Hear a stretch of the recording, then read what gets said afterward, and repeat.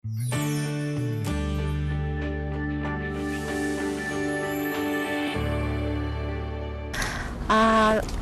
сараас ахуулаад миний нуруугаар айгүй хөвддөг байсан. 60 минутаар ордог. Тэгээ 60 минут хичээл дээр сууж агаад босоод явах гэхээр явж чаддгүй. Тэгээд нэг 3 сараас ахуулаад бүр хичээлдээ явхаа болсон. Хичээлдээ явхаа болсон яа гэвэл нэг хичээлдээ удаан сууж чадахгүй. Тэгээ ээжээрээ өглөө өргүүлээд орой авуулдаг.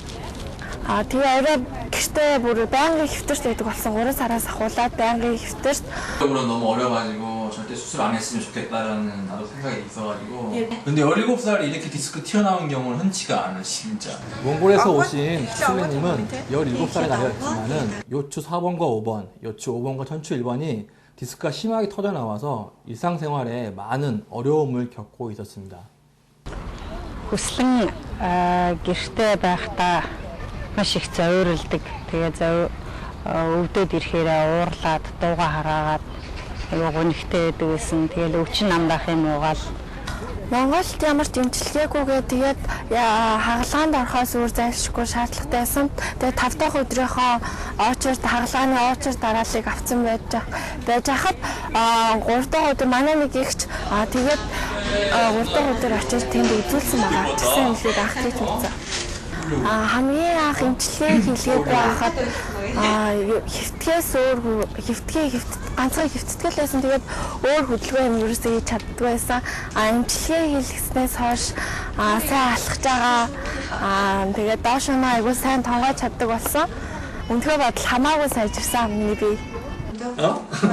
그러는 거야? 알았지? 고개 숙이지 말고. 다시가 담가고. 통증 있어 지금? 통증. 나 쉬는 어떻게 나? Ягаад аюугүй 나 지금 없어요. 없어. Хүслэнгийн ууж энэний үйлдвэрээр өнөдөр орж үзлээ. Маш олон хүн ажилладаг юм байна. Маш олон хүний гараар бүтдэг гэдэг юм лээ. Тэгээд хамгийн гол нь энэ дан байгалийн гаралтай бүтээгдэхүүнээр хийгддэг. Тэгээд зөвхөн өвчтөн болгондоо өөртөө зориулагдсан юм байдаг нь үнэхээр таалагдлаа. Тэгээд зөвөргөө болоод ирэхлээр сэтгэл санаа нь маш өндөр болдог юм байна.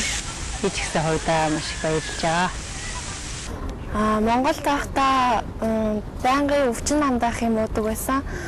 Тэгээд дээшээ ерөөсөө гардгүй байнгын гэртээ хэвтэрч байсан. Тэгээ энд ирснээс хойш хамгийн багадаа 45 минутаас дээшээ бол чөлөөтэй алхдаг. Өвчин намдах юм бүр огт уухай байсан. Монголд очиод одоо хамгийн түрүүнд дугуй унмаар байна. Өмнө болохоор дугуй унжлахгүй айгу хариутай байсан. Одоо харин дугуй унмаар байна. Дээрээс нь бас усан цэлмээр байна.